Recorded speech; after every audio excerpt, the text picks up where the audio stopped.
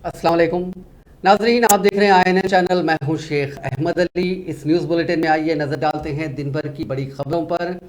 BJP के रुकन assembly Raja Singh को, जिसे करीब 2.5 माह कबल पीडी एक्ट के तहत गिरफ्तार करके जेल भिजवा दिया गया था, आज अदालत से राहत मिली है। अदालत ने राजा सिंह को रिहा करने का हुक्म दिया, लेकिन साथ ही कुछ शराइत आयद की हैं। मालूम हुआ है कि अदालत ने कहा कि राजा सिंह को रिहा किया जा सकता है, लेकिन इन शराइत पर कि वो रैलियां ना निकालें और ना ही प्रेस मीट करें। इस मामले में बीजेपी लीगल सेल के सीनियर एडवोकेट एंथनी रेड्डी ने कहा कि पीडी एक्ट के मामले में जमानत नहीं दी जाती। रियासती हुकूमत की जानिब से राजा सिंह के खिलाफ लगाए गए पीडी एक्ट को अदालत ने बर्खास्त कर दिया है। अदालत के इस हुक्म के बाद राजा सिंह को चलावली जेल से रिहा कर दिया गया। हाईकोर्ट की हिदायत के मुताबिक राजा सिंह को लेने के लिए सिर्फ अरकान खानदानी जेल पहुंचे। बीजेपी के कोई भी कायदीन वहां मौजूद नहीं थे। मालूम है कि राजा सिंह भी किसी तरह के रिमार्क्स किए बगैर वहां से चला गया।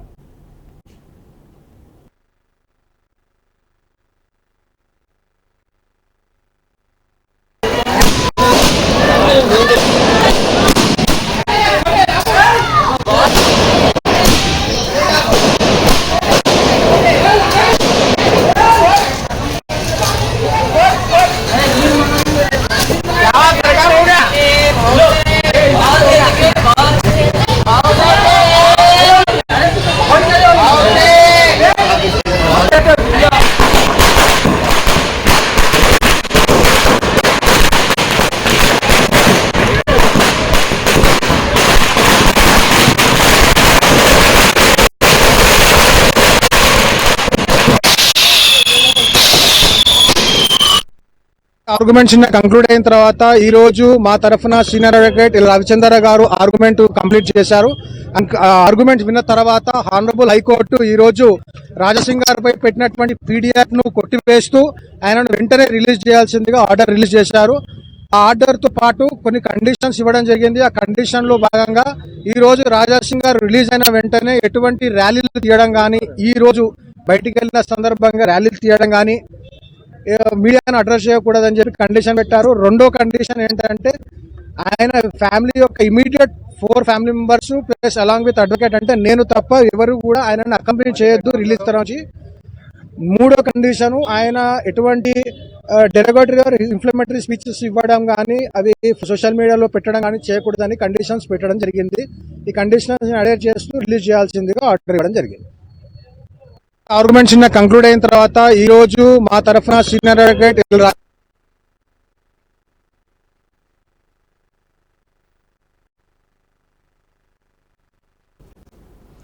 तेलंगाना की मोइनाबाद पुलिस ने रियासत के हुक्मरान टीआरएस के अरकान असेंबली को खरीदने के मामले की जांच शुरू कर दी है। गुज़िश्ता रोज रियासती हाईकोर्ट की जानिब से जांच पर रोक हटाए जाने के बाद पुलिस ने जांच में पेशरफ शुरू कर दी है। बीजेपी ने इस मामले पर हाईकोर्ट से रुजू होते हुए इस मामले की सीबीआई या फिर खुसूसी जांच टीम के जरिए जांच करवाने की ख्वाहिश की थी। गुज़िश्ता माह 3 मुलजिमीन को अदालती तहवील में दे दिया गया था।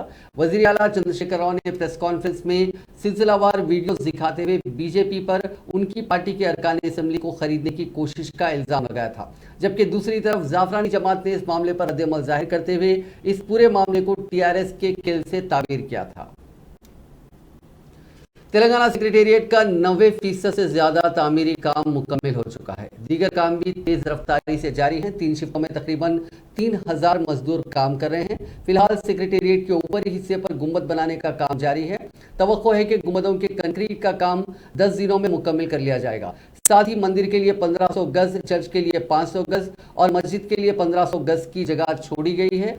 इसके काम भी जारी है। महकमे इमारत और शवारे के ज़राए ने बताया कि तमाम जारी काम 1.5 से 2 माह के अंदर मुकम्मल कर लिए जाएंगे। नया सेक्रेटेरिएट आइंदा संक्रांति तक पूरी तरह से दस्तयाब हो जाएगा।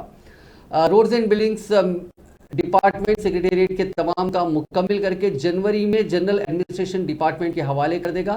वज़ीर आला चंद्रशेखर राव ने हुनूस कोई फैसला नहीं किया है कि नए सेक्रेटेरिएट से इंतजामिया का आगाज कब किया जाएगा। तेलंगाना सेक्रेटेरिएट के अहाते के साथ साथ पार्लियामेंट के अहाते में 2 बड़े फवारे बनाए जा रहे हैं। आरएनबी ज़राए ने बताया कि वुज़रा मुताल्लिक़ा महकमों के प्रिंसिपल सेक्रेटरीज के चेंबर्स और सेक्शन दफातर भी तेजी से तैयार किए जा रहे हैं। आरएनबी हुक्काम ने इंकशाफ किया है कि वायरिंग और फर्नीचर का इंतजाम तकरीबन मुकम्मल हो चुका है। वजीर तालीम सबीता इंदिरा रेड्डी ने वाजे किया कि यूनिवर्सिटी रिक्रूटमेंट बोर्ड बिल के हवाले से गवर्नर डॉक्टर तमिलिसाई सौंदरराजन के शुकूक और शुबात को दूर किया जाएगा। चारशंबे को मीडिया के नुमाइंदों से बात करते हुए उन्होंने कहा कि जेर बहस बिल से मुतालिक तमाम कानूनी मसाइल गवर्नर को पेश किए जाएंगे। ये मामला रियासती हुकूमत और गवर्नर के दरमियान तनाज़ा बना हुआ है। गवर्नर ने खत लिखा था जिसमें वजीर तालीम से कहा गया था कि वो आइन और रियासत की असेंबली से मंजूर शुदा बिल की वजाहत करें। गवर्नर रियासती हुकूमत की तरफ से पास किए गए तकरीबन 7 बिलों को रोके हुए हैं। निज़ाम कॉलेज के मामले के बारे में सबीता इंदिरा रेड्डी ने कहा कि निज़ाम कॉलेज के प्रिंसिपल और उस्मानिया यूनिवर्सिटी के वाइस चांसलर के साथ निज़ाम कॉलेज के हॉस्टल के मामले पर मुशावरत जारी है। हैदराबाद के बशीरबाग में वाक़ निज़ाम कॉलेज की अंडर ग्रेजुएट तालिबात ने कैंपस में हॉस्टल की सहूलियात का मुतालबा करते हुए चारशंबे को भी अपना एहतजाज जारी रखा। तुलबा का इल्ज़ाम है कि कॉलेज की इंतजामिया ने पीजी तुलबा को नौ तामीर शुदा हॉस्टल अलॉट किया। एक मुजाहिर ने बताया कि हमने 31 अक्टूबर यानी पीर को एहतजाज शुरू किया था। हमें 5 दिन इंतजार करने को कहा गया और जब हमें मालूम हुआ कि हॉस्टल पीजी तुलबा को दिया जा रहा है तो हमने अपना एहतजाज शुरू कर दिया। हमें हुकाम से मालूम हुआ कि वीसी ने हॉस्टल को पीजी तुलबा को देने का हुक्म दिया। जब हमने उनसे पूछा कि यूजी की लड़कियां यानी अंडर ग्रेजुएट लड़कियां कहाँ जाएंगी तो इस बारे में उन्हें कोई इत्तला नहीं दी गई। उन्होंने मुतालबा किया कि वजीर सबीता इंदिरा रेड्डी सिर्फ आकर उनसे बात करें ताकि वो बराह रास्त उनके मसाइल के बारे में वाकिफ हो सके।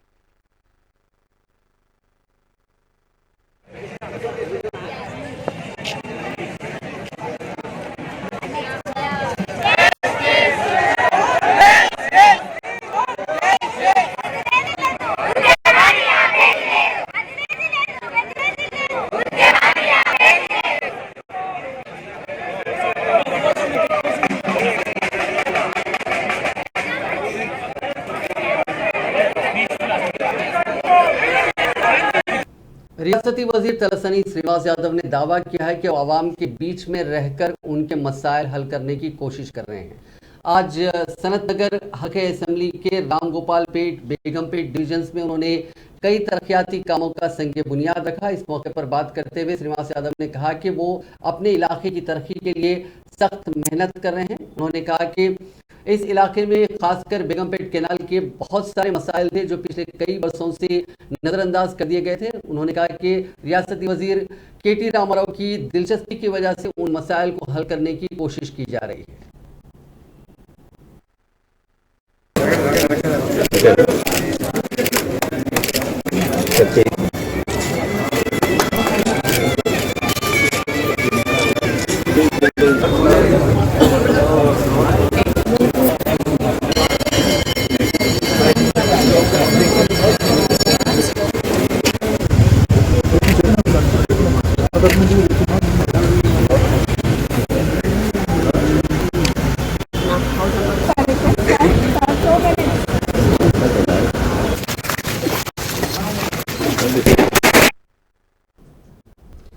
वज़ीर आज़म नरेंद्र मोदी के दौरे तेलंगाना व रामागुंडम के मौके पर तेलंगाना के साथ होने वाली नाइंसाफी को लेकर टीआरएस स्टूडेंट विंग के सदर जी श्रीनिवास यादव, एआईएसएफ के सदर लक्ष्मण और यूनिवर्सिटी जेसी के कायद रविंदर ने सोमाजीगुड़ा प्रेस क्लब में एक इजलास को मुखातिब किया। उन्होंने कहा कि वज़ीर आज़म तेलंगाना को आने से कबल तेलंगाना की आवाम से माफ़ी मांगे क्योंकि पिछले 8 वर्षों में मरकजी हुकूमत ने तेलंगाना से किए गए एक भी वादे को पूरा नहीं किया। इन तंजीमों के सरबराहों ने कहा कि वज़ीर आज़म के दौरे तेलंगाना के मौके पर वो एहतजाज करेंगे ताकि और मुतालबा करेंगे कि आंध्र प्रदेश रीऑर्गेनाइजेशन एक्ट में जितने वादे तेलंगाना से किए गए थे उन्हें फौरी पूरा किया जाए। నాయకులు కానీ కేంద్రంలో నాయకులు కానీ చిత్తశుద్ధి ఉంటే ఇవాళ కేంద్రంలో కాల్గొన్న 16 లక్షల కేంద్ర ప్రభుత్వ ఉద్యోగాలు ఎందుకు భర్తీ చేయట్లని చెప్పి ఇవాళ మేము ప్రశ్నిస్తా ఉన్నాం।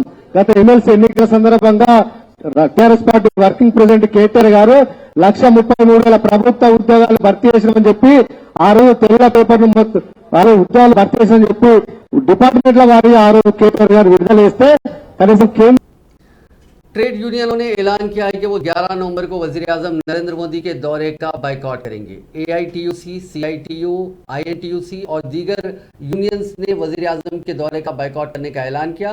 ख्याल रहे कि कम्युनिस्ट पार्टी ऑफ इंडिया ने मोदी के दौरे के खिलाफ पहले ही एहतजाज मुनज़्ज़म करने का ऐलान किया था।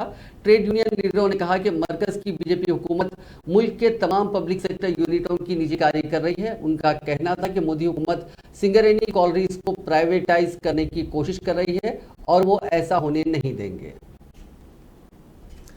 बीजेपी के रुकने राज्यसभा डॉक्टर के लक्ष्मण ने आज मीडिया से बात करते हुए टीआरएस और कम्युनिस्टों जमातों की जानिब से वजीर आजम के दौरे रामागुंडम के मौके पर एहतजाज करने के फैसले को निहायत ही अफसोसनाक बताया। उन्होंने कहा कि वजीर आजम नरेंद्र मोदी 6,000 करोड़ रुपए से तैयार करदा फर्टिलाइजर फैक्ट्री का इफ्तिताह अमल में लाने के लिए आए हैं। उन्होंने कहा कि टीआरएस और बाएं बाजू की जमातों की मिली भगत और करोड़ों रुपयों की तकसीम के बाद भी मुनुगुडु असेंबली इंतखाबात में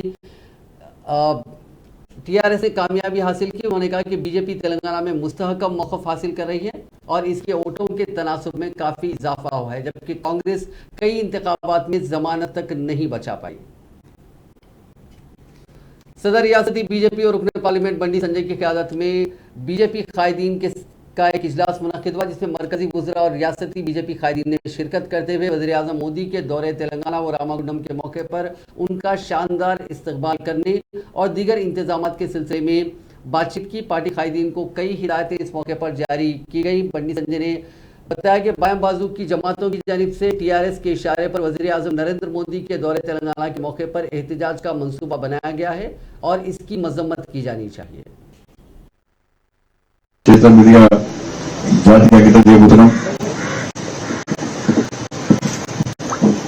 ఇది పూర్తిగా రైతులకు న్యాయం చేయడానికి, రైతాంగాన్ని ఆదుకోవడానికి గతం నుంచి కూడా మోడీ గారు రైతును రాజు చేయాలి, రైతు ఆదాయాన్ని రెట్టింపు చేయాలని చెప్పి ఒక విశాల దృక్పథంతో, ఒక దృఢ సంకల్పంతో అనేక సంస్కరణలు చేస్తున్న విషయం అందరూ తెలిసింది। ఇప్పుడు చాలా సందర్భాల్లో రైతులకు వాస్తవ విషయాలు తెలియకపోతున్నాయి। గతంలో పరిస్థితులు రైతులు ఎరువుల तेलंगाना प्रदेश कांग्रेस कमेटी के सदर ए रेवंत रेड्डी ने कहा कि चीफ मिनिस्टर चंद्रशेखर राव ने मुनुगुडु ज़मीनी इंतखाबात में कम्युनिस्ट पार्टियों का साथ लेकर पार्टी कैडर और अवाम को ये पैगाम दिया है कि तेलंगाना में टीआरएस अपने बलबूते पर इलेक्शन नहीं जीत सकती और ये कांग्रेस के लिए अच्छी अलामत है, जो कि अहम अपोजिशन है। आज गांधी भवन में एक प्रेस कॉन्फ्रेंस से खिताब करते हुए रेवंत रेड्डी ने कहा कि केसीआर अब वाज़ेह तौर पर तेलंगाना में हारने से खौफजदा हैं और उन्होंने बाएं बाजू की पार्टियों की हिमायत हासिल करने की कोशिश की, जिनका उन्होंने गुज़िश्ता बरसों में मजाक उड़ाते हुए उनकी मौजूदगी पर ही सवाल उठाया था। मुनुगुडु के नताइज ने वाज़ेह तौर पर जाहिर किया कि कम्युनिस्टों की हिमायत के बगैर टीआरएस को नुकसान होता और वो भी सैकड़ों करोड़ खर्च करने, शराब की तकसीम और सरकारी मशीनरी का बेदरग इस्तेमाल करने के बाद। उन्होंने दावा किया कि तमाम हथियारों के इस्तेमाल के बावजूद टीआरएस पार्टी बहुत कम मार्जिन से इंतखाबात जीतती है। ये आम इंतखाबात में टीआरएस की हार का इशारा है। ये बताते हुए कि कम्युनिस्ट कांग्रेस के फितरी शिराकतदार हैं। उन्होंने कहा कि उन्हें जल्द ही अपनी गलती का एहसास हो जाएगा। उन्हें केसीआर से वही सुलूक मिलेगा जो माजी में उनके साथ इत्तेहाद करने वालों को मिला था। उन्होंने इल्जाम लगाया और उम्मीद जाहिर की कि बाएं बाजू की जमातें कांग्रेस के साथ मिलकर अवामी मसाइल पर लड़ती रहेंगी। సాంకేతిక గెలుపుతో సంబరాలం చేసుకోవడాన్ని ఎవరు తప్పు పట్టరు, ఎవరు తప్పు పట్టాల్సిన అవసరం లేదు। కానీ కల్వకుంట్ల చంద్రశేఖరరావు గారి నాయకత్వం పతనం అయిపోయింది। స్వయంగా తాను ఇక తెలంగాణ రాష్ట్రంలో గెలవలేడు, తెలంగాణ ప్రజలు తనను విశ్వసించారన్న సంగతిని చంద్రశేఖరరావు గారే స్వయంగా ఒప్పుకొని కమ్యూనిస్టు పార్టీల దగ్గరికి శరణుజొచ్చి నిన్నటి వరకు ద్వేషించి అవమానించి తెలంగాణ సమాజంలోనే కమ్యూనిస్టులు లేరని భావన కల్పించిన చంద్రశేఖరరావు గారు तेलंगाना प्रदेश कांग्रेस कमेटी के सदर रेवंत रेड्डी ने रियासती हुकूमत से मुतालबा किया कि वो फौरी तौर पर एक ताज़ा नोटिफिकेशन जारी करे जिसमें माशी तौर पर कमजोर तबकों के साथ साथ पुलिस भर्ती में दीगर कमजोर तबकात के लिए कट ऑफ मार्क्स भी शामिल हों। Telangana state level police recruitment board ने तेलंगाना महकमे पुलिस में कांस्टेबल और सब इंस्पेक्टर्स के 16,614 ओहदों पर भर्ती के लिए नोटिफिकेशन जारी किया है। उन्होंने कहा कि अगरचे के SC, ST और BC बिरादरियों से ताल्लुक रखने वाले उम्मीदवारों को कट ऑफ मार्क्स फराहम किए गए, लेकिन इकोनॉमिकली वीकर सेक्शन यानी EWS कोटा को इसे एग्जम्पशन नहीं दिया गया। इस फेरिस्त में उन्हें शामिल नहीं किया गया, जिसकी वजह से इस मखसूस ज़मरे से ताल्लुक रखने वाले उम्मीदवारों में तशवीश पाई जाती है।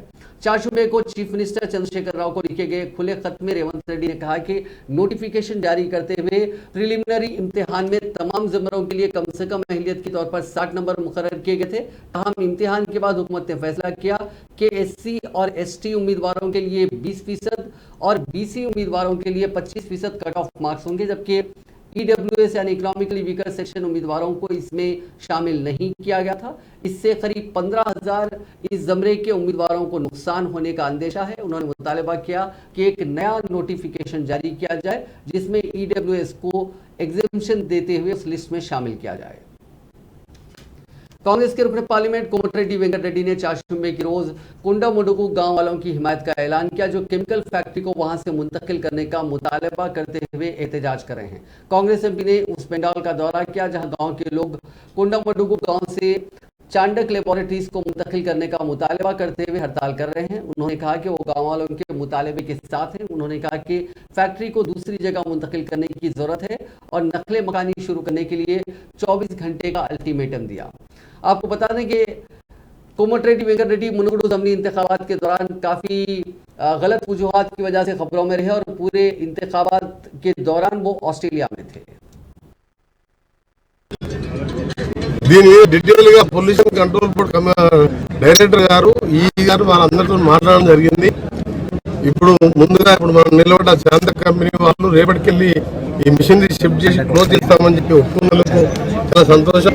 దీని తర్వాత ఇప్పుడు ఆస్ట్రా కంపెనీకి అజంతా కంపెనీ కూడా ఇస్తున్నాం, వాళ్ళకి ఎక్స్పాన్షన్ కూడా చేస్తున్నట్టు అది కున్నమడుగు ఊరు మీద ఉంటుంది। ఆ నీళ్లు వదిలిపెడితే బురుగు నీళ్ళ వచ్చి చెరువులో కలుస్తుంది। ఆ గ్రౌండ్ వాటర్ లో ఏ విధంగా ఊళ్ళలో బోర్ వేసుకుంటాం, 24 గంటలు మంచినీళ్ళు రావు, గవర్నమెంట్ ఇచ్చేది 2-3 రోజులు ఒకసారి। तेलंगाना के कई मकामात पर इनकम टैक्स और एनफोर्समेंट डायरेक्टरेट के हुकाम की जानिब से धावे किए जा रहे हैं। हैदराबाद के अलावा करीमनगर में इनकम टैक्स और ईडी के हुकाम ने अचानक छापे मारे। बावसूख जराये के मुताबिक तेलंगाना के वजीर गंगुला कमलाकर के अलावा ग्रेनाइट ताजरीन के मकानात और दफातर पर धावे किए जा रहे हैं। करीमनगर में रियासती वजीर की क़यामगाह के अलावा उनके ग्रेनाइट के दफातर पर छापे मारे गए। इत्तलात है कि उस वक्त रियासती वजीर मकान में मौजूद नहीं थे, उनके मकान का खुफल तोड़ दिया गया। जैसे ही धावे की इत्तला मिली वो करीमनगर के लिए रवाना हो गए। ये भी मालूम हुआ कि इनकम टैक्स और एनफोर्समेंट के हुकाम ने रियासती वजीर के रिश्तेदारों के मकानात पर भी धावे किए हैं। हैदराबाद में कई पीएसआर ग्रेनाइट्स के जनप्रिय अपार्टमेंट्स जो कि हैदरगुड़ा में है वहां भी धावा किया गया और एक ग्रेनाइट के ताजिर हैं श्रीधर, उनके सुमाजीगुड़ा के मकान पर भी ये धावे किए गए। गंगुला कमलाकर की बेटी है श्वेता, माफ कीजिएगा, गंगुला कमलाकर की कंपनी श्वेता ग्रेनाइट, उस पर भी धावे किए गए। महावीर, एसपीआर ग्रेनाइट और दीगर दफातर पर भी आईटी और ईडी ने छापे मारे हैं। तेलंगाना हुकूमत ने इस महीने की 12 तारीख को सेकंड सैटरडे की छुट्टी मंसूख करने के अहकाम जारी किए हैं। हुकूमत ने वाज़ेह किया कि ये रियासत भर में लागू नहीं होगा, ये सिर्फ हैदराबाद सिकंदराबाद के साथ रंगारेड्डी, मेडचल और मरकाजगिरी अजला के सरकारी दफातर, स्कूलों और कॉलेजों पर लागू है। आमतौर पर सेकंड सैटरडे को रियासत में सरकारी दफातर और तालीमी इदारों में छुट्टी होती है, लेकिन गणेश विसर्जन मनाने के लिए 9 सितंबर को आम तातील दी गई थी। ताहम हुकूमत ने इस महीने की 12 तारीख को दूसरे हफ्ते को काम के दिन के तौर पर मनाने की हिदायत दी। चीफ सेक्रेटरी सोमेश कुमार ने मंगल को इस सिलसिले में अहकाम जारी किए।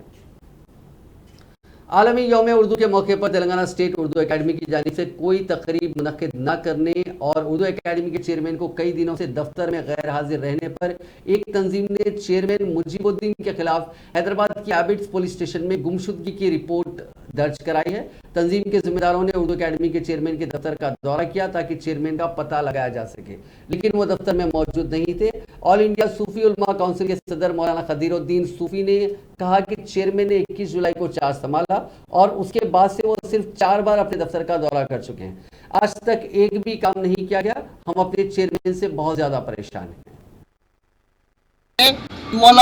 World Urdu day, so 9th November Allama Iqbal, poet Allama Iqbal birthday world Urdu day celebration జరిగేది. ఇవాళ ఒక పెద్ద ఎత్తున ప్రోగ్రాం జరగాల్సి ఉండే, ఇవాళ జరగాల్సి